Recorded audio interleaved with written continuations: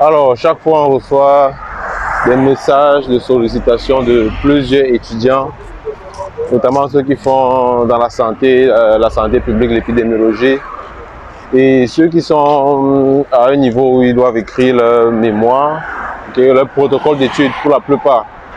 Et ils posent des questions, voilà, comment est-ce que je dois m'y prendre, comment est-ce que je vais rédiger, quels sont les encadreurs que je vais choisir. Il y a énormément de questions et je veux faire un peu cette vidéo pour donner certains conseils qui peuvent être utiles.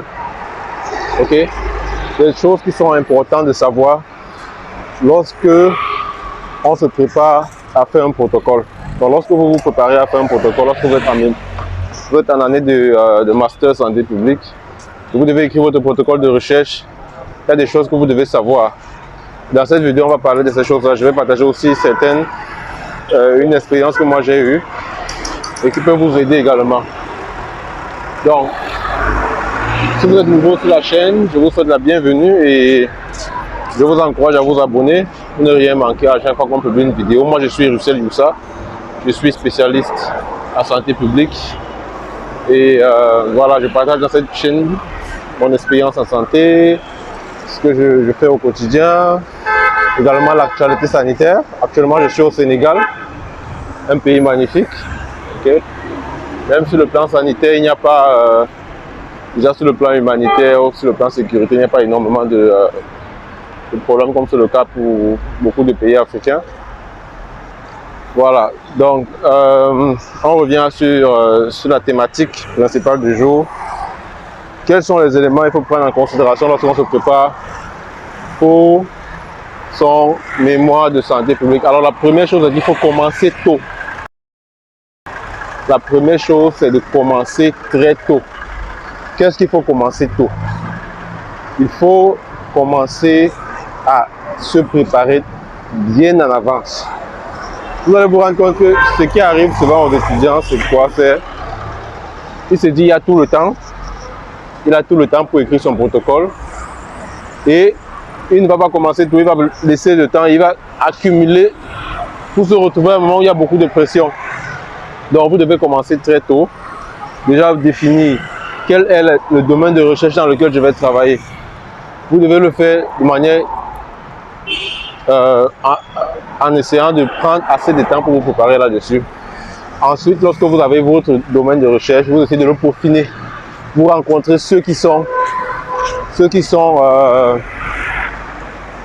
dans le domaine, et qui peuvent vous aider à peaufiner votre recherche. Si vous voulez par exemple travailler sur l'environnement, sur la santé environnementale, alors ce que vous allez faire, c'est que vous allez chercher à savoir quelles sont les personnes qui ont travaillé là-dessus, quelles sont les personnes qui travaillent dessus actuellement. Au ministère de l'Environnement, par exemple, quels sont ceux qui sont là. Vous allez les rencontrer pour partager avec eux votre idée de recherche afin qu'ils puissent vous aider à le peaufiner. Donc, on a dit, vous devez commencer tôt. Deuxième des choses, vous devez avoir votre idée de recherche.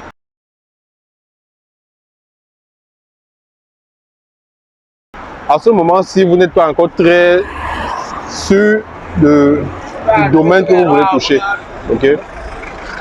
vous ne savez pas encore exactement ce que vous allez faire, et vous avez seulement une idée, je vais travailler sur la vaccination, là c'est pas encore très clair, je vais travailler sur la sécurité, la couverture vaccinale, je vais travailler sur santé environnementale, je vais travailler sur l'épidémiologie.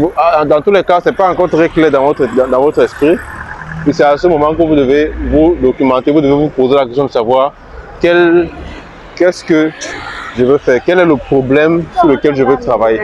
Et en vous posant cette question-là, vous allez pouvoir davantage repréciser ce que vous voulez. Si par exemple vous voulez travailler sur la vaccination, alors pourquoi travailler sur la vaccination? Quelles sont les problématiques de la vaccination? Il y a par exemple les problèmes d'insuffisance de couverture vaccinale, il n'y a pas assez de vaccins. Il y a par exemple le problème de la fiabilité au vaccin. Voilà, les gens n'ont plus confiance au vaccin. Alors vous pouvez vous interroger là-dessus. Pourquoi est-ce que les gens n'ont plus confiance au vaccin? Quels sont les déterminants de l'acceptation vaccinale? Voilà des questions que vous pouvez vous poser. Ok, si vous voulez travailler par exemple sur la santé alimentaire. Maintenant, qu'est-ce qui est important? Quels sont les repas, ok, pour lesquels les gens sont en risque? Qu'est-ce qui fait en sorte que les gens consomment ces repas-là pour lesquels ils sont en risque? Donc, vous vous posez toutes ces questions-là. Ok. Donc là, c'est votre idée. Ce n'est pas encore très précis à ce niveau, c'est votre idée. Vous faites des recherches pour essayer de repréciser votre idée. Ok. Maintenant, on arrive à la troisième étape. Vous allez vous documenter sur le sujet. Vous allez vous documenter. Qu'est-ce que vous allez faire? Vous allez vous documenter, vous renseigner. Ok. Ce que vous allez faire, c'est quoi? Vous allez entrer dans la littérature, lire, ok, ce que d'autres personnes ont fait par rapport au sujet sur lequel vous travaillez. Qu'est-ce qui a été fait? Quels sont les éléments sur lesquels, ou alors les axes de réflexion qui sont ouverts et pour lesquels vous devez approfondir. Ok? Quels sont les besoins en matière de recherche sur la thématique que vous avez. Ok? Et vous devez aussi rencontrer, comme je vous ai dit préalablement, les personnes qui ont travaillé sur le sujet, qui travaillent actuellement. C'est-à-dire que si vous voulez travailler par exemple sur la couverture vaccinale, ok, vous devez aller au ministère de la Santé publique de votre pays, vous rencontrez le service qui s'occupe de la vaccination, vous discutez avec eux, vous essayez d'échanger avec eux et vous essayez d'avoir leur avis par rapport à votre thème de recherche. Et là, vous pourrez mieux peaufiner votre thème de recherche. Également, ce que vous devez faire, c'est que vous devez participer aux conférences, ok, qui sont organisées. Et en participant aux conférences, ça pourra vous aider d'entrer en contact avec les professionnels de la santé et vous pourrez mieux discuter et échanger avec eux. Donc, voilà, vous commencez très tôt, ok. Vous avez votre idée de recherche. Deuxième. Troisième, vous avez rencontré ceux qui travaillent dans le domaine pour lequel vous voulez faire la recherche. Également, vous avez fait votre revue de la littérature. Voilà. À ce niveau-là, lorsque vous avez fait ces trois étapes, vous allez mieux peaufiner, ok? Vous allez avoir une meilleure idée. Si vous avez bien fait ces trois étapes, vous saurez exactement quel est le domaine de recherche sur lequel je vais travailler. Parce que vous allez mieux le préciser.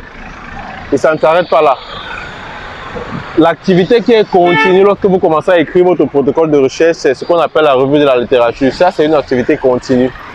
C'est une activité qui ne s'arrête pas. Ok? Elle est continue. C'est-à-dire, même lorsque vous avez fait ça, vous devez continuer de lire chaque fois pour essayer de voir. Parce que vous ne devez pas. Ce que vous devez savoir, c'est que votre recherche doit essayer d'apporter un plus par rapport à ce qui existait déjà. C'est-à-dire que vous ne devez pas produire des connaissances qui ont déjà été produites par d'autres personnes.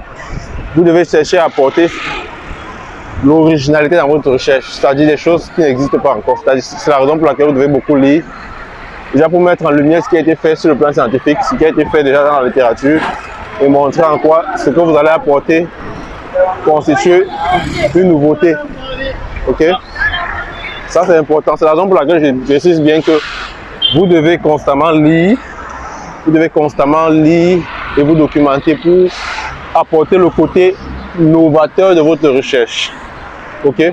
Donc, si on doit se résumer, lorsque vous voulez faire votre recherche de mémoire, de master, vous devez commencer tôt. Commencez tôt. Il n'est jamais très tôt pour commencer. Vous pouvez commencer plusieurs années à l'avance à avoir votre idée de recherche, à connaître le domaine dans lequel vous voulez faire votre recherche plus tard. Ok? Ensuite, vous devez développer votre idée de recherche. Et pour le faire, vous devez rencontrer les personnes qui travaillent déjà dans ce domaine-là. Vous devez faire une bonne revue de la littérature pour voir ce qui a déjà été fait et en quoi est-ce que votre recherche sera novatrice. Ok?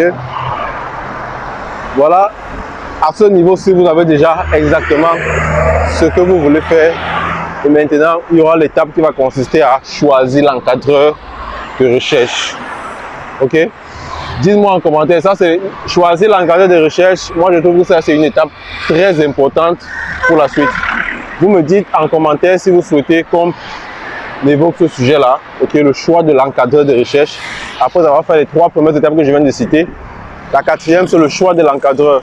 Donc dites-moi en commentaire si ça vous intéresse qu'on en parle. Et je pourrais m'arrêter pour faire une vidéo bien précise là-dessus, sur cette 4e étape qui est le choix de l'encadreur. On se revoit pour une prochaine vidéo. Sentez-vous bien.